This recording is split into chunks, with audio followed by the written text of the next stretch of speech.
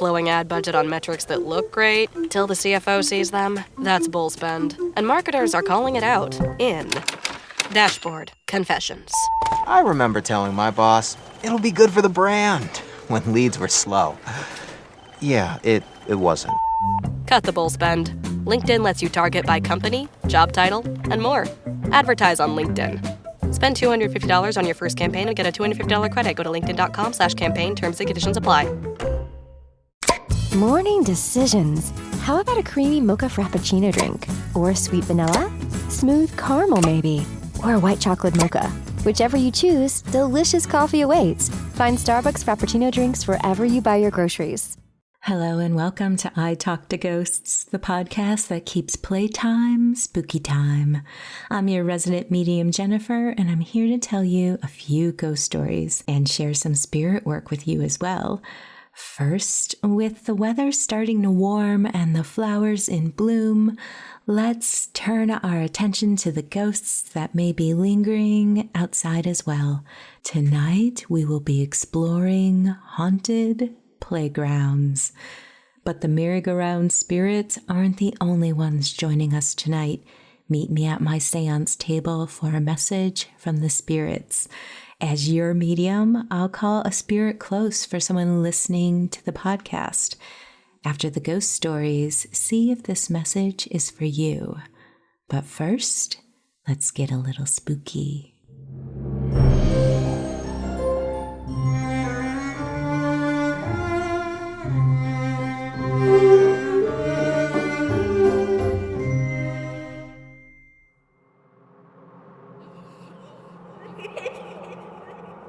Playgrounds, places of joy, places of light. Yet, when the sun goes down, some whisper stories of echoes that never left. Tonight we explore haunted playgrounds spoken of in local lore and walk with the spirits that still linger where children are supposed to play. Dead Children's Playground, located in Maple Hill Park in Huntsville, Alabama, is a famously haunted site adjacent to the historic Maple Hill Cemetery. Local legend claims that spirits of children, particularly those buried nearby during the 1918 Spanish flu pandemic, played on the swings and in the park after dark. People take ghost tours there, not daytime picnics.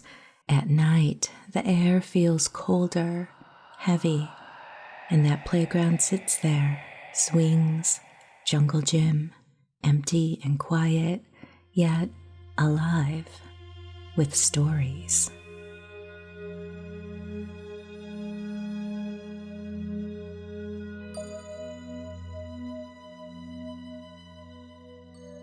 When I was 20, I was curious and convinced nothing could spook me.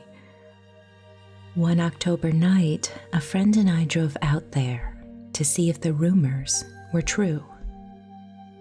They say between 10 p.m. and 3 a.m., you could hear laughter, ghostly, childlike, the kind that twists your stomach. We parked a good distance away, camera in hand. At first, nothing. Then, the swings started moving. Not creaking in the breeze. They began to swing slowly, as if unseen hands gently pushed them back and forth. I swear I heard footsteps, light, teeny steps like sneakers padding on wood chips, and then laughter. Soft at first, and then louder, closer, almost right behind me. I turned, and for a heartbeat I thought I saw a shape, smaller than me, dark and shifting between the jungle gym bars. My friend grabbed my arm and hissed, "Let's go!" We left, fast. After that night, every time I hear a child laughing, it reminds me of that laugh with no source, and I feel that same chill.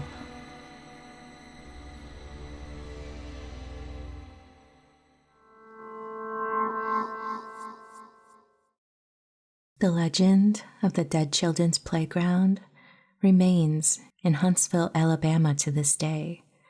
Give the playground a visit and bring a toy for a child to see who wants to play. Another haunting playground legend hails from Madison, Alabama, at Shelton Road Park. Locals there speak of ghost children laughing, playing, until the laughter suddenly stops. Here's a story from one person who knows all too well that the legends are true. I grew up near that park. By day, it was like any other. Swings, slides, kids yelling and running wild. But at night, people claim something shifted. One September evening, I was biking home late when I passed the park entrance. The streetlight flickered. I slowed, and then I heard it, giggling. Not the cheerful kind, but that thin, breathy sound, close, like right behind me. I turned to look at the playground. The swings, all 4 of them, began to sway without the wind. Slowly at first, then faster, as if invisible children were playing jump on, push off. Behind me, from the bushes near the slide, came a soft voice. Play with us. I pedaled like hell out of there, and I've taken a different route home ever since.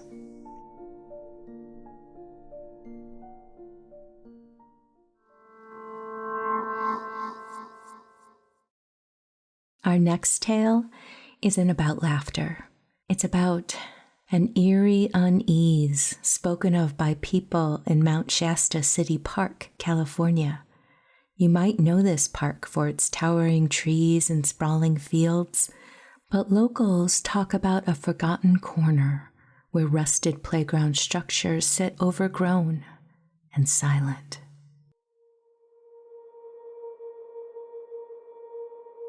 I moved near Mount Shasta when I was in college.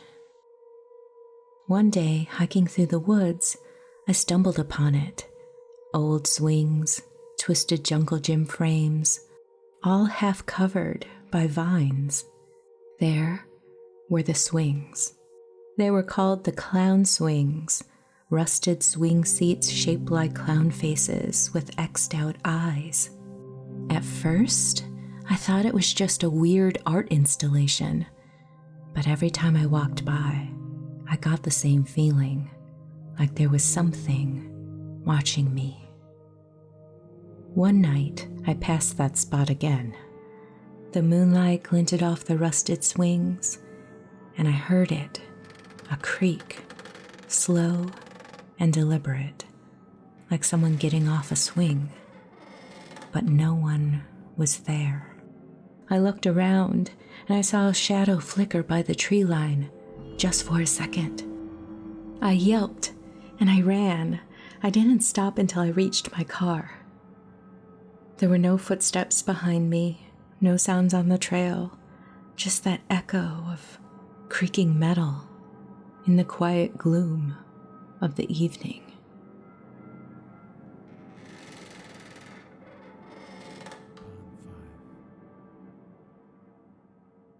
Mount Shasta is a renowned paranormal hotspot, often dubbed the paranormal playground for more than one reason.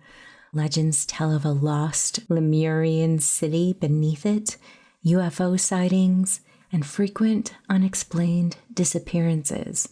The clown swings are spooky and towering. They're part of an old swing set tucked into the park's far corner. They are often referred to as clown swings by locals, and older residents remember them as full-fledged T-framed swing sets. 2 cartoonish heads mounted and centered on the structures, with arms outstretched with strange white and mittened hands. Chains once hung from those arms, holding seats for children to swing beneath the fixed frozen faces. Today the chains are long gone, but some people say they can still hear them swinging. Childhood spaces, innocent on the surface, can become places where memory and spirit intertwine. Playgrounds are thresholds, places between laughter and quiet, between the present and the past. In Huntsville, some believe those spirits play on in the night. In Madison, phantom laughter drifts through the air. In Mount Shasta, rusted swings whisper in moonlight. What ties these tales together? Is it grief, echoes of joy, or something waiting to be remembered? Maybe it's all of the above.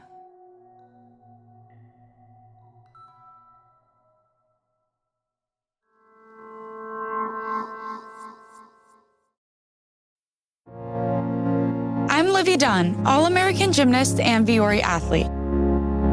When you travel and train as much as I do, you find happiness where you are. On the mat or on the sand, movement and comfort are essential. That's why I live in Performance Joggers by Viore. Made from DreamKnit fabric that's made of 89% recycled materials, effortlessly soft and made to move as much as I do. My happiness starts here, in the softest joggers on the planet. Get 20% off your first purchase at viore.com/Livy. That's VUORI.com/LIVVY. Exclusions apply. Not only will you receive 20% off your first purchase, but enjoy free shipping on U.S. orders over $75 and free returns. Go to viore.com/Livy and discover the full versatility of Viore clothing. Exclusions apply. Visit the website for full terms and conditions.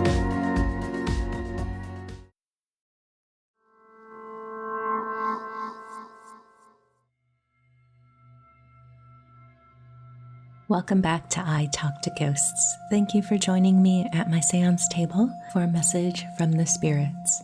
Tonight, as I work, I have with me the crystal sodalite. Sodalite is said to enhance spiritual awareness and communication.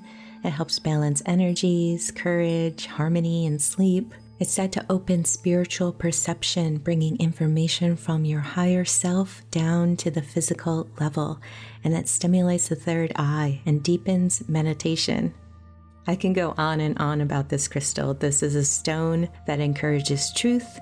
It can be placed by your computer to block any unwanted misinformation, and it's excellent for group work. It brings in harmony and solidarity of purpose, and it encourages trust. That lovely blue stone, again, is sodalite. I'm gonna clear my mind, open the space for spirit to come close. I have a younger man with me. The first thing he's saying is his passing was really sudden and really quick. He feels very bright and has a really pure sense of humor, very imaginative, always happy. This was a hard loss for you, for everyone he knew. He's like, I don't want to brag, but I was great. He's sorry for his passing. He knows it was shocking and not intentional. This sounds like accident. Oh, and he's saying that the bad timing about it is there was a fight right beforehand, and a lot of people have a lot of guilt about that, and he wants you to know that those last interactions are not representative of entire relationships and the love shared between you. And it's okay. Don't think about those arguments as you think of him, because that's not the energy he wants you to have. He wants to put that smile back on your face, and like, I'm seeing sunshine. He wants just so much light for you. He's just coming in with a lot of energy of don't focus on the negative, look up. There's always something positive to focus on, and he's saying that was his secret in life. He just took so much joy in celebrating the good things. They're precious and they mean something, and they shouldn't be overclouded by negativity. He's kind of laughing and talking about a frugal parent. I think you would understand that detail. And there also feels like there's a lot of analytical, smart people in your family as well, like almost like science-based careers. He says you're a little different from that, and don't let that be intimidating. And he wants to inspire you with new ideas. So if you're open to some creative collaboration, I think that he would love to gently nudge you along in a very warm, and I just keep seeing sunlight. This could be so many things. It could mean springtime is coming, summer is your season, or this was the time of year where things seem to be bright and optimistic, or he's just simply lending that spirit to you right now. I'm seeing watercolor paper and painting in watercolor. Okay, I think I'm going to leave it at that. If these messages connect for you, I would love to hear it. So please reach out if they do. And if they do, I'm so glad that this was a connection for you, because there's a lot of encouragement there and a lot of easing of grief and worry about that confrontation that he's talking about. So let me know. Thank you.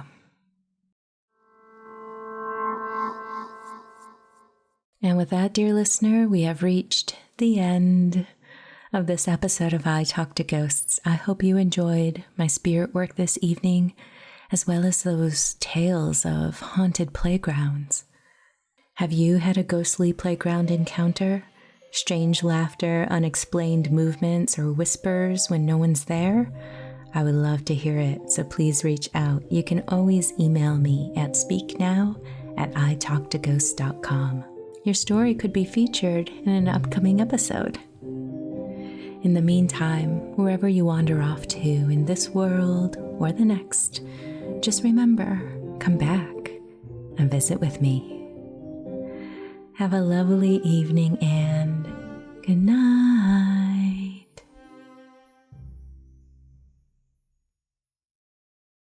Japan isn't just temples and cherry blossoms. It's haunted castles, urban legends, yokai lurking in the shadows, and true crime cases where something doesn't quite add up. Supernatural Japan dives into Japan's darkest folklore, real history, and mysteries that still disturb the present. From ghosts of ancient warriors to modern legends whispered online, every episode blends culture, crime, and the unexplained. If you love spooky history, Japanese folklore, and stories that stay with you long after the episode ends, search for Supernatural Japan. Because in Japan, the past is never really gone. Something's coming. Do you hear it? Can you see it? Trundling across the common, following the old hollow-ways, sauntering down the lane, rocking up into the market square, laying out its wares. It reels you in with mysteries, trades with you fantastic tales, spins for you fascinating stories. Stories like the haunted pound stretcher, flying saucers, poisoners and body snatchers, haunted woodland, and the secret tunnels beneath our feet. Weird in the Wade is on its way. A podcast that explores everything that is weird, wonderful, and a little off-kilter in the town of Biggleswade in Bedfordshire. If you like your spooky stories told with a dash of historical context, or you like your history with a pinch of the paranormal, then this is the podcast for you. never miss an episode, subscribe to Weird in the Wade wherever you're listening now.